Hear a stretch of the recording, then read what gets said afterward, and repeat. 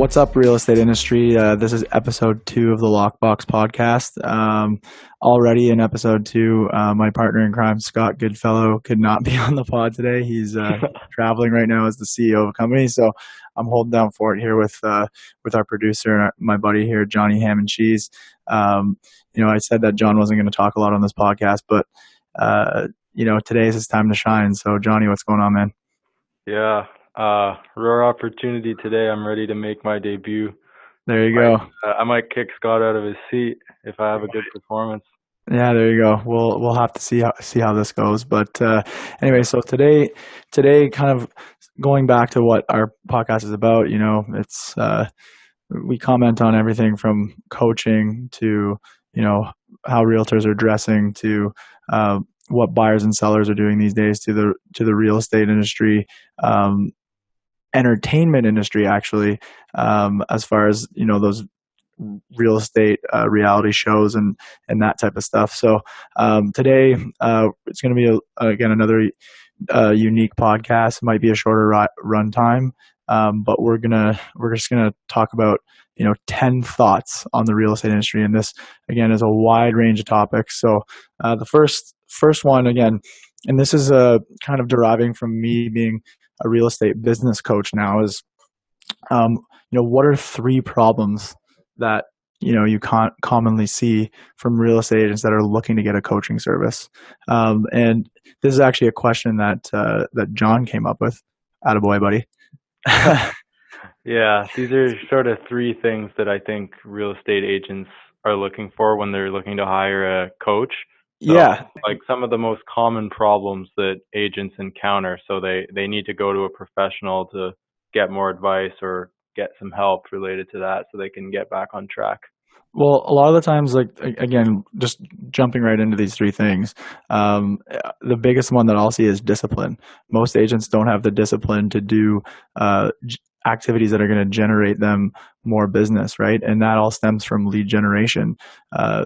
When I talk to a lot of people, it's like, oh, well, I'm having a problem with my lead generation. Okay, great. What are you doing to lead gen right now?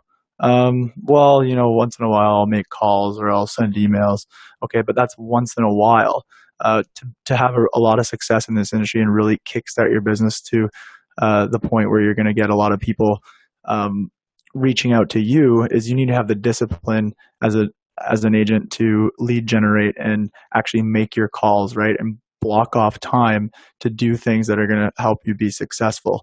And again, this can be personal things as well. Like, follow a schedule. Like, if you have your week laid out and you have personal things that are going on, as far as, oh, you're going to get up in the morning. If you go to the gym 5 times a week, then sure as shit, get up and go to the gym, right? Kickstart your day. Get yourself into that mindset.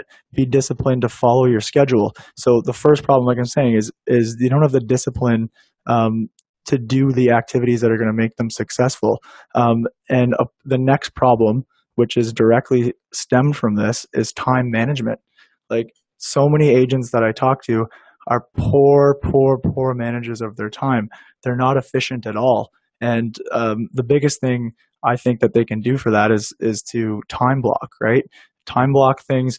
Like, at the end of the day, you need to follow the money, right? So if you have a listing appointment or a buyer appointment that kind of preconcedes the blocked off time, then okay, follow the money, go to that appointment. But you need to block off time to help you manage your time better, so you can go back. If you're just sitting there at the office with, I was going to say your thumb in your ass, but but if you're just sitting there in the office and not sure what you want to do, at least you can go back to, well, what's on my blocked off time? Oh, well, I should be lead generating right now, or I should be doing lead follow up, or I should be going over paperwork. Then you can be a little bit more efficient. So again, discipline leads to the time management. And then another really, that kind of ties into the first one too, with discipline. Like, as a coach, in your experience, have you seen is it a discipline issue, or do you think that there's other contributing factors as well? Like, perhaps people aren't comfortable doing certain activities, right? Like, 100%. Like, phone calls.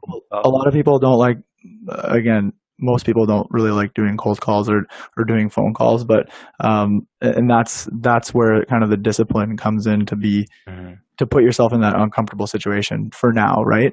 Like Yeah. the more reps, the more of these calls and things that you do, um, the more successful you're going to eventually get, and then you may not have to do as many, right? You'll kind of have a process in place. But no, that's an interesting comment because again, everyone hates doing cold calls, but like if you have the self discipline to just force yourself to do it, make your calls or make your follow ups, send your emails, send your texts. It's just going to help your business in the long run. And then again, those two things go hand in hand. But the Yeah. last thing that I wanted to mention off this point, the other third problem is agents don't track their numbers. Like they don't keep track of anything. They don't keep track of their expenses. I ask an agent, "Oh, how many listings have you sold this year?" They don't know what their list to buyer or sell ratio is at all. Like they have no clue, or They don't know their sales numbers. They don't know what don't they know their sales numbers. They don't keep track of drive for anything, right? If they don't know what their numbers are. exactly, like, and that all goes with, okay, you got to come up with what your goal is going to be for the year, whether it's Yeah. transaction based or whether it's commission based or sales volume, and then you can work off that. And a big part of that too, also knowing your numbers, is we get to have people track, the number of contacts they're making a day or number of contacts they're making a week, the hours that they're prospecting. These are big things that you can analyze and see where the holes are in your business. So For just to sure. touch on that first thought, like that was a long one, but those are the three common things you'll see. Like agents lack discipline, they're terrible time managers, and nobody keeps track of any sort of numbers. So Yeah. So with our second point here, Curtis, as a coach yourself, you must know what the benefits are for people to have a coach, right? So you can sort of compare this to pro sports, right? Like a lot of athletes have specific coaches, they have specific people that are on their team to help them, guide them, advise them, sort of enhance their skills, just to sort of give them that push, right? So can you relate that to real estate? What do you think a real estate coach well, does for ev- that's exactly what a real estate coach does. First of all, we help you uncover what your goal is. So, I mean, you look at professional athletes, like guys like Tiger Woods and LeBron James, they're the best of all time in their sports. I mean, actually, I don't agree with that LeBron's the best of all time. I think Michael Jordan is. I'm not a big LeBron fan, but anyways, so you look at these guys, they've achieved all the success that you can achieve, and they still, outside of their respective, LeBron outside of his respective organization has a skills coach. He's working on how he can get better. Tiger's had various swing coaches over the years. He's Yeah, won so many different tournaments, and still is looking at how he can get better. And he's broken down a swing 1,000 times, and I don't even know if 1,000 is a number, but 10,000 times. Anyways, he's broken down a swing so many times, and he again has pushed to greater heights in that. And it's the same thing with a real estate agent. Most of the top successful real estate agents will have a coach, and in having a coach, it really helps hold them accountable to get to that next level. It'll help them work on different skills, or if you're really focused on the business side of it, create budgets and different things that are going to help make your business better in the long run, so you can make more money and actually take home more money. But again, working on skill development with a real estate coach too. Like, just think, there's so many different scenarios where an agent has to handle objections, and just even doing scripts and dialogue with your coach are big things that are going to help you become a master in your craft, which evidently is real estate for real estate agents. yeah, for sure. Great points. Uh, so with our third sort of point here, what would you Third thought. recommend? Third thought. Third thought. Third Third thought. thought. So for new agents who are coming into the real estate game, um, obviously you were a young agent at one point. So what would you I'm still recommend? not that old. Still not that old, but you've leveled up. Leveled up for sure. What would you recommend to a new or a younger agent who's just entering the game to have that early success, or to get some awareness on themselves and some notoriety and attention? Well, for one, don't worry about being too young. Again, people are gonna, if you go out there and work hard for people and show that you're willing and you're hungry, people will respect that. And I actually learned that myself, from one thing that I started to do when I first got in the industry, and a lot of people will do it, is I went door knocking. And Yeah. I used to call it going on the campaign trail, shaking hands and kissing babies. But um, anyways, going door to door and providing, an information about your service, or just talking with people. Like, you got to go with the mentality that, you're not going to get a sale right off the bat, but if you give yourself those at bats and show people your true value, then that's going to be really important to push you forward.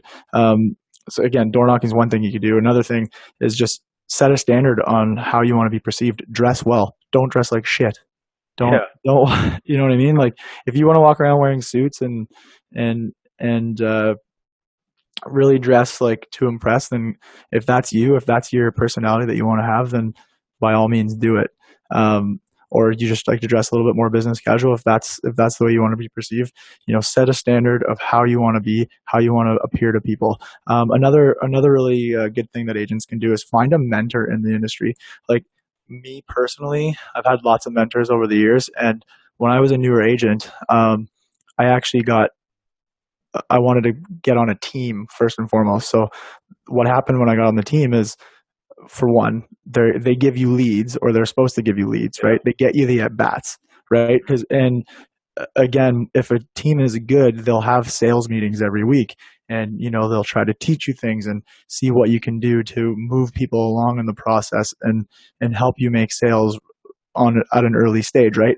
And plus, like, when everybody, I don't care how by the book you are, and how much you study in your local real estate course, and learn about the transaction, until you actually do one, you have no clue what you're doing. So Yeah. having a mentor and having someone on a team that can help you is super important, because they can kind of walk you through the steps. Okay, from the point of writing the offer, what clauses you should include, how you're going to negotiate it, and then like, adopt and adapt. Take what you get out of it, and then make it your own, right? So I think having a mentor and being on a team is something that is really helpful for an agent. And again, I didn't stay on that team forever. I left, and then I know that it helped me be successful as an individual agent. How long do you think it took you to kind of settle into the agent lifestyle? Was it like a year or months? Honestly, well, it goes back to the discipline, right? Like, it's Yeah. tough. Oh, you get into real estate, you want to be your own boss. It's Yeah. pretty easy to get off track and sit around and just wait for business to come to you. You have to go out and get it, right? Yeah. Yeah. And again, having all these things, and like I said, being part of a team was huge, because they taught you how to schedule your time, and to be places, right? And block off the time to lead generate and do the activities that you need to be successful. And then, just on this point about what a younger agent should do, the last thing that I want to talk about is, don't act like you have all the answers. Like, you're going to Yeah. be asked things on showings, you're going to be asked things by sellers, that, and you know, you might get yourself in hot water with how you answer. If you don't know the answer, just say, "Oh, I don't know," and I'll find out. Right? Don't pretend that Sure. you know the answer, and then say something stupid, and you'll look like just an absolute idiot in front of the people when they find that what you were saying is false. So, Yeah. Did you learn that lesson? oh yeah, many times, many times. And then by the like, the more you're in the industry, you just learn to just be yourself, and just tell people how it is, right? Like, if you don't know, you don't know, and then they respect that, and but the good answer is to have, I'll find that information out for you, right? Yeah, for sure. Um, well, then moving on to our fourth thought, kind of stems from what we just talked about. Should agents always dress at a high level? Like, Yeah. as an So agent, is it yeah. a good idea to uh, always be, in your suit and dress to impress? And I know we've had conversations about this before. Yeah, like there's different scenarios, right? So obviously we've talked before about what it's like to dress based on the client. So you might dress differently for one client as you do for another, right? Like some guys are CEOs, some guys are stay-at-home dads. Like there's different scenarios, right? You don't want to dress Yeah. the same for everyone. You want to cater to your audience. Exactly. Well, and I think that all kind of derives, how should you dress. It all depends on your target client, target market. If you're in a neighborhood where you're working with a lot of CEOs and people that are, business leaders, and you're selling properties in the $3 to $5 million range, those people, Yeah. might dress a little bit higher end. I'm not saying that people that are buying a $300,000 house don't dress super nice as well, but if you're typically dealing with a first time home buyer, maybe the first time home buyer is a little bit more laid back. So, Yeah. um, you don't have to show up in your suit, all dialed in when your clients are wearing flip flops and sandals. You're obviously not as an agent going to wear flip flops and sandals, but you might dress a little bit more business casual, right? Depending on the day. Yeah. Like at the end of the day, I always go back to dress how you want, be yourself, and once you find out who your target client is, then you can really dial that in on how you want to dress. Yeah, and then also as well, like with different real estate events or things that you'd attend, right? Like a showing versus a listing appointment, you might dress differently, right? Depending on the occasion.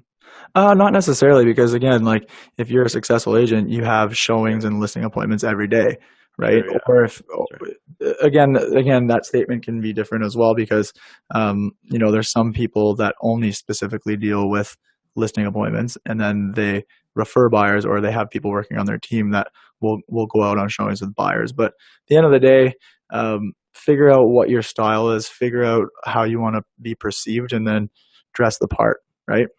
Yeah. So with our fifth thought, we've got a guy who sold over 7,000 homes over the course of his 25-year career.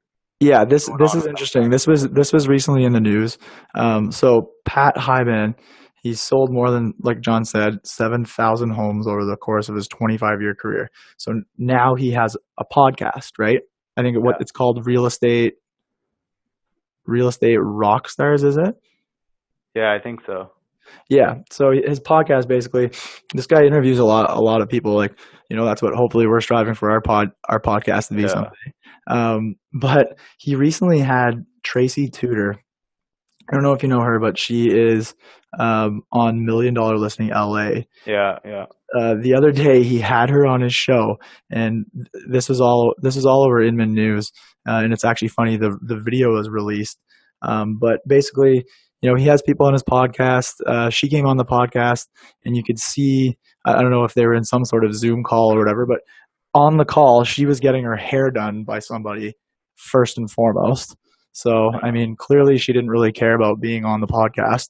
And Pat kind of went right into it and was just, he asked people certain questions. So, a lot of agents out there want to know, oh, how did this lady become so successful? She's on Million Dollar Listing LA.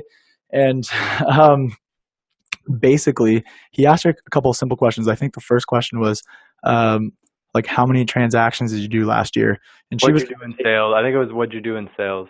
Yeah, and she was kind of taken aback, and she was like, "Well, I don't know. Like, she didn't know, for one, which is okay. No, There we she go. didn't. Going back to our coaching point, a lot of agents don't know their numbers, but then she chimed in and said, "Well, I did 150 million.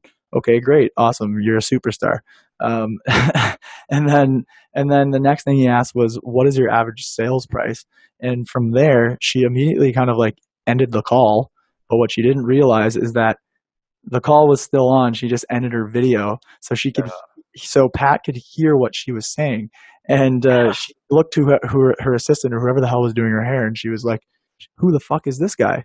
And um, it was funny. Pat kind of like he was a true professional at it, and kind of was just laughing. He's like, "I can still hear you," and she just basically was a huge bitch. Like, I couldn't believe it. And if that was me, I probably would have lost my shit and just absolutely started chirping the shit out of her. I don't care how successful she is or she thinks you shouldn't act that way. But the funny thing about it is Pat wrote an article about it that was actually featured in Inman News, and the way he played it off was, he spun it off that how you shouldn't act as a realtor, and kind of referenced Tracy Tudor. And then it's funny, I saw something later on that he did, and he said he wrote something about, not all these reality TV real estate agent celebrities or whatever they are the same, right? Like, there's some good ones out there as well. And I mean, that's the thing. Even if you're not a famous realtor, just don't be a dickhead, right? Don't Yeah. be an asshole to people. I just thought It that was was hilarious. I don't know if you it was saw the video. It hilarious. was funny. It seemed like though something was up with her that day, right? Like something was going on because she when Pat even asked like, "Oh, we can do this another day or whatever," like I Well, can she said something like, "Oh, I'm on a yeah, podcast every day." she's like, "I'm on Anyway, a podcast every day." She act like it was her first podcast. I don't know. She just again, like at the end of the day, treat people with respect. And if you want to be out there in the limelight, don't act like a complete asshole. Yeah. And I just thought it was hilarious. And again, hats off to that Pat guy for um, just acting like a professional. It was funny. And then just the article was like a dig to her after. It was Yeah, hilarious. So, for sure. um, you don't really see that a lot of the industry, but either way, it's for her. That's a bad look. Bad look. I don't care who you are. And then, I mean, go check out her Instagram. She doesn't look like a nice person, so she No, just all pretty flash. shitty. Yeah. Well, moving on then. So, sixth thought is: should an agent, when they write a listing description, should they write a novel? Should they write like the next Game of Thrones or Harry Yeah. Potter in there and be super, super descriptive? And this is an interesting thing because obviously, me being a real estate agent, I learned a ton over the years that not a lot of buyers read that shit. They don't read it at all. They just want to know the information about the house. How old's the house? Oh, it's a 2014. Great. Yeah. I could see, okay, if you're in a luxury setting, like Yeah. if you're selling Drake's house or something like that, if you're selling like a $20 million mansion, then okay, maybe you can be a little bit more descriptive and be like, oh, wake up out of Drake's bed and step Yeah. on his fancy carpet and feel the beautiful Berber carpet on your feet while you walk through your double French door Yeah. bathroom and when you go take a shit. Like, you don't have to be that descriptive. And it's funny, the market that I was in was super localized, and there was one agent that would always write the most ridiculous things. And I always used to ask, being out on showings, because I have the descriptions, and I know who some of these agents are, and I'd be like, to the buyer, I'd be like, do you guys even read this shit? And like, they were like, no, like we just want to know, if you're in a market that's just like a regular suburban residential Yeah. market. Oh, how old is the roof? Oh, the roof's a 2015. What's the heating and cooling system like? You know what I mean. So just Yeah. depending on where you are, like list it off. I don't think that you need to start your own book series every time that you write a listing description, and it doesn't have to be that much of an ad. Like, I personally, I think that's ridiculous.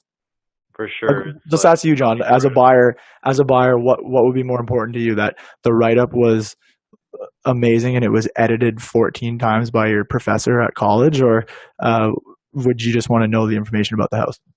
I probably just want a few lines, and then I'd probably just go on to the video and look at the pictures. Like the videos Yeah, and the pictures are more effective to me, right?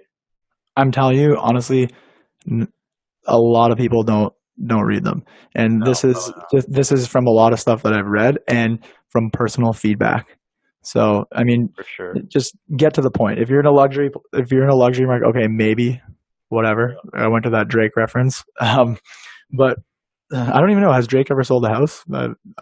Did he build a house? He built a house in Toronto. I think it was pretty sick. Yeah, I think he might have sold his LA house. He had a big house in LA. Yeah. But I think I Well, heard that he was It'd selling be it. funny to see that listing description. So, Yeah. all right. Well, moving on to our seventh thought. So this is another one that comes up a lot in the real estate industry, is negotiating commissions. So negotiating your commissions as an agent is obviously super important because that's how you get paid. But one thing, the industry is totally changing all the time, and different boards across North America have, well, most of the time have a commission standard, but at the end of the day, it's an open negotiation between you and the seller, right? If the commission is uh, standard across your board is 5%, then typically you're going to get 2.5 per side. Some people will try to cut commission and discount, but they'll always pay the buyer's agent, the full half, which is 2.5%. But when you're negotiating a commission with a seller, you hear the old adage where, say you're competing as another realtor to get the listing, and you're trying to negotiate the commission at 5%, and then then the seller client says, "Oh well, we're being offered 4% from Johnny the realtor down the street." Well, Yeah. the old saying, I'm sure a lot of people have has heard it, is, you tell the seller, well, oh, you're looking to negotiate the biggest transaction of your life, which is your home, but you already out negotiated your realtor on commission. So that's why you should take me as your realtor because, I'm going to fight for you and, you'll push to get your 5%, right? Um, Yeah. out of them. But I don't know. I just find that kind of cliche. Like you hear that a lot. You go to a lot of real estate conferences and people will use that as an objection handler, right? Like saying that why pick the other realtor? You're the seller and you already out negotiated them on the commission. So how are they going to get the best price for your house, right? Yeah. So today in 2019, what's sort of the standard? Is it 6%? I think I always used to hear 6%. No. Like I said, it depends on where you Yeah, are, right? it can be It's 5%, negotiable. if it's 6%. It's at the end of the day, it's a negotiation. Like Yeah. just going back to the comment that I was having about, handling the objection and telling the seller, oh, why would you pick the other realtor when you out negotiated them on the commission, right? They're not going to get you Yeah. the best price for your house, which is something you can say. And, sometimes sellers haven't heard that. Pretty much every realtor I know has heard that one. Um, at the end of the day, just I think if you go in there with a strong listing presentation, you really show them who you are, what your value is, Yeah. and don't try to be like somebody else. Go in there, show them what you do to get the house sold. You don't have Yeah. to talk about another agent or try to put down another agent. Like at the end of the day, focus on what you're going to do to get their house sold. Show them your value. If you have certain materials that you're going to show them, be knowledgeable about the market. Bring any information that you have on the market that's going to help better inform them. And you'll probably win a lot more listing presentations with, you're going to be confident talking about your abilities opposed to focusing on, you know, the competing agent, right? Yeah, for sure. So for most sellers, when they're going to sell a house and they're getting a bunch of agents to come in with the listing presentation, Yeah. they're competing with several different agents to win the listing. Yeah. Like, no, it all depends, right? Like everybody knows a Yeah. realtor, Some but people have their main agent, some right? people have their main agent, but if you don't, then yeah, you'll Yeah. like to interview uh, multiple agents just Yeah.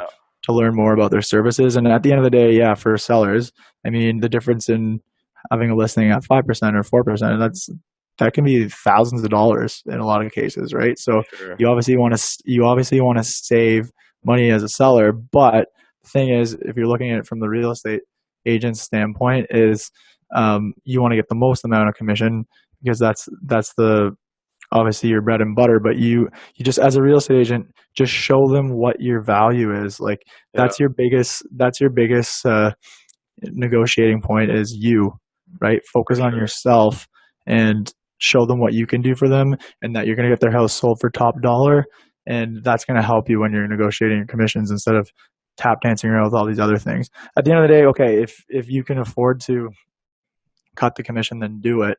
But try if you value yourself as a 5% agent, then sure as shit get in there and try to get that 5%. For sure. It seems like it's a lot about the value and the self-worth and the relationship with the client. Exactly. So moving on, next thought is just the overall process in real estate and like the cycle of working with a client from point A to Yeah. point B or however you want to classify it. Like what should you do or what happens when the sale closes? Is that it? And this is where a lot of people that I talk to have problems because they don't have a system in place to keep those clients. Like I always talk about providing the value, showing your value to a client. Provide an amazing customer experience to your client. Show them why they'd want to use you again in the future, why they would want to refer you. Provide an amazing experience opposed to just regular customer service. And it's hilarious how many agents I talk to that don't have a good system in place for this. They don't try to stay top of mind with these clients. And Exactly. it's amazing how much business you actually get from repeat and referral. Yeah. Like I think in the last few years, I was looking at the stat from whether it was a North American or a Canadian stat, whatever it was, or somewhere in the U.S. Like 80% of an agent's business comes from their sphere and repeat and referral. So you need to have a system. Like when the transaction's closed, great, yeah, you celebrate, take a picture with your client in front of the sold sign. It doesn't end there. You got to put them on the proper drip campaigns. Like keep them in your CRM. Stay in touch with them, right? Whether you remember what their birthdays are, send them appropriate marketing materials. Stay in touch, and then even a year after, like even if they just moved into the place, just Yeah. keep sending them stuff. Stay top of mind, and make sure that you give them some sort of closing gift. So you're not going to win over everybody or keep them long term, but for the majority of the people, if you do a good job for them, they'll come back to you, and you just have to keep continuing staying in contact with them. You don't have to stay in contact with them every week or every month, but put them on some sort of campaign or system that you're going to stay in touch with them over the years, right? So Yeah, when they for think sure. real estate, they think about you. What I've seen too is agents sending out like the calendars a couple times a year just to, keep yourself in their mind, right? So if they ever need an agent again, they can remember that that's who sold. Yeah, that's one of like just one of the many things you can do. That's calendar, John. Geez, you're the young guy here. Old. I see the Christmas card too. It's just Oh a yeah. sort of a thank you, sort of, or just No, exactly. But marketing, right? I'm talking about aside from those are just kind of like superficial things you can do. Like the Yeah, best thing you can do is just make sure that every year or every quarter, whatever it is, you're reaching out to your past clients yeah, in some personal way. Like don't just send okay, them general shit, yeah. right? It's the Checking in, personal touches that, checking in. yeah. Like just think about this the other day. A coaching client of mine, he we worked on a strategy for him to start following up with past clients. He sold a guy a house like last year, and just his first point of contact and what he was going to be doing was actually sending texts to see if people would respond back. And then he'd call them. He got a Yeah, text back. The guy's looking for an investment property. He wants him to go show him this house. So there you go. Right? Like yeah, just send out personal touches, and when the sale closes, the work's just getting started. You got to keep the clients for life. for sure. Anyways, so uh, just our ninth thought here, and then this is something again I saw in the news, and I think it was another Inman article, and it was what the top home buying trends are Yeah. in 2019, and it's actually funny. Um, I think it goes with the new generation of people, but people are looking for smaller interiors, Hmm. bigger outdoor spaces, or an outdoor entertaining space, Yeah. and then having a house that's technical techno I can't speak. This is that's a tough one to say. Technologically advanced. There we go. You get that one? Smart home stuff. Yeah, smart home shit. Um, Again, I find this interesting, and this just kind of goes hand in hand with a lot of more millennials that are getting into uh, home ownership. Right, this generation's very tech savvy. Yeah. I grew up in that generation, and you know, your parents will always harp on you to clean the house. If you lived in a big suburban house, like you'd have a tough time cleaning your room and things like that. So personally, it's nice to have I've owned multiple condos. It's nice to have a smaller space Yeah. inside that you don't have to constantly be cleaning. I mean, I own a house now, which sucks. I wish I would still live in condos, but um, anyways, so it's nice to have that smaller space. You don't have to be cleaning all the time. But people, a lot of millennials, everyone these days is a dog lover, right? Yeah. Like, so having an outdoor space to entertain, and then for your pet to go out and Yeah. do business and play, and then I mean, the technology everybody has. A Google Home or an Alexa, and where you can you can even get all the different light fixtures and Yeah. lights. My one buddy's house, it's like the Millennium Falcon. Actually, the Millennium Falcon's kind of shitty. It's old. Well, I don't know what we could consider it, but it's insane. Like literally, you can walk in there and be like Siri, make me a drink, and like it's nuts. Yeah, like you could Yeah. do anything. You could turn the lights off from anywhere. Yeah. Um, like you can get Siri to come to the bathroom with you and wipe your ass if you need it to. Like it's crazy. So it's just interesting that those are the top trends now, because it's different than in the past when everyone wants the big house, and then you Yeah. saw there was that phase where and it's actually still going on in a lot of new development areas where they're building these massive houses, but the yards are so small. The Yeah. yards Yeah. are tiny, tiny, tiny. And I Or thought that was interesting. And John, like you being a younger guy, like what would you prefer? Like, would you agree that though that's something that you would be interested in, right? Smaller interior, bigger outdoor space, technologically and tech. I can't say that, but that's hilarious. I can get yeah, chirped. for sure, right? Like when you're A young, technology enhanced home. We'll just put it that way. when you're young, obviously millennial, like maybe you're just living with friends, or maybe you're living with your partner, whatever. But you don't want to, you're not home a lot, right? Because you're working a lot, so your house isn't really a huge priority in terms of space. But obviously, you want sort of some of the nice things to have, larger yard, you can entertain your friends, and the house is just sort of for your eating, your chilling, and your sleeping, right? So Yeah, yeah. If that's the kind of shit that you're into. yeah, Anyways, um, so cool. We're through our 9 points. We're moving along nicely here. The final point, just on the real estate industry right now, and just we're into the dog days of the summer right now, right? And yeah, in a lot of markets, things tend to cool off. And talking to agents over North America in the last few weeks, people that I'm working with, it's it can be slow in certain spots. So if your market is hot right now, then great, keep riding it. Ride the shit yeah, out of it. Try to do as much as you can, right? Like keep it going, and try to get as much business as you can when it's good. But what should you do if it's slow? yeah, And um, in the slow times, this is when you need to start filling the pipeline for when it's going to be busy again. yeah, You'll see it again. I use North America as a whole, just from knowing so many different markets. Fall usually has a little bit of a pickup again, right? yeah, And this is the time during the slow times where you need to start. I would really work your sphere, like reach out to past clients, seek referrals. That's a really good place to start, right? And just like I said, the example of a client of mine who was is having a little bit of a slower market right now, and devise a strategy. Okay, it's slower time.